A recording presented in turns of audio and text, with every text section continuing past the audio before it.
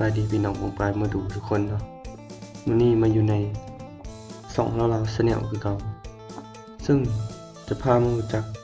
ประวัติและความเป็นมาของพระธาตุกูเมืองสองคอนเมืองสองคอนดินแดนอู้เขาอูป่าฝ่านิ่มน้ำค้างงามธรรมชาติแกงตาลหาดทรายขาวประเพณีลาวบุญควรเขาเผ่าผู้ไทยเขาไหวพระธาตุอุโมงค์ยิ่งควรชาวเมืองพระธาตุอุโมงค์เป็นพระธาตุที่กูบ้านกูเมืองของชาวเมืองสองคอนเป็นที่สักการะบูชาเป็นที่เขาไหวให้ความเชื่อถือเป็นพระธาตุองค์ศักดิ์สิทธิ์ที่ชาวเมืองสองคอนให้ความเคารพนับถือซึ่งมื้อนี้เราจะพามารู้จักเกี่ยวกับที่ตั้งวัดความเป็นมาของพระธาตุองค์นี้ซึ่งเรามารู้จักกันเลยพระธาตุอุโมงค์ตั้งอยู่บ้านลาโคกห่างจากเทศบาลเมืองสองคอนไปทางทิศเหนือประมาณ7กิโลเมตร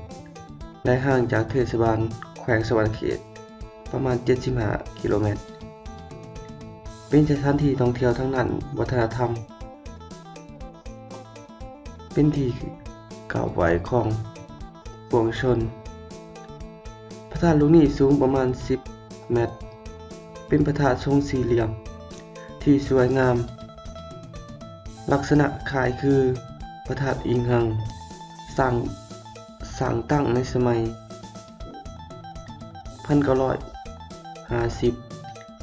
ทุกๆปีฮอดเดือนนี้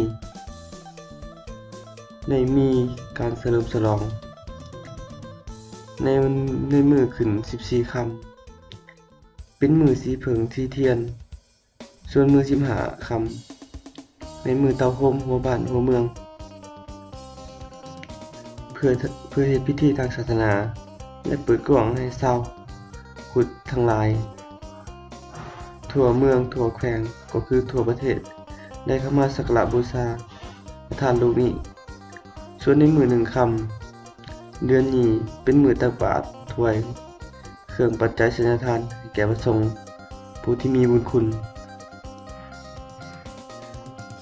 อันได้สร้างพระธาตุลูกนี้ขึ้น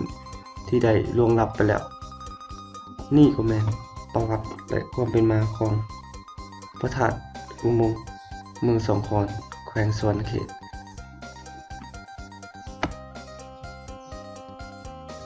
ขอขอบใจข้อมูลจากเว็บเทเวลลาวการท่องเที่ยวแห่งประเทศลาวที่ให้ข้อมูลดีๆแก่พวกเราในการน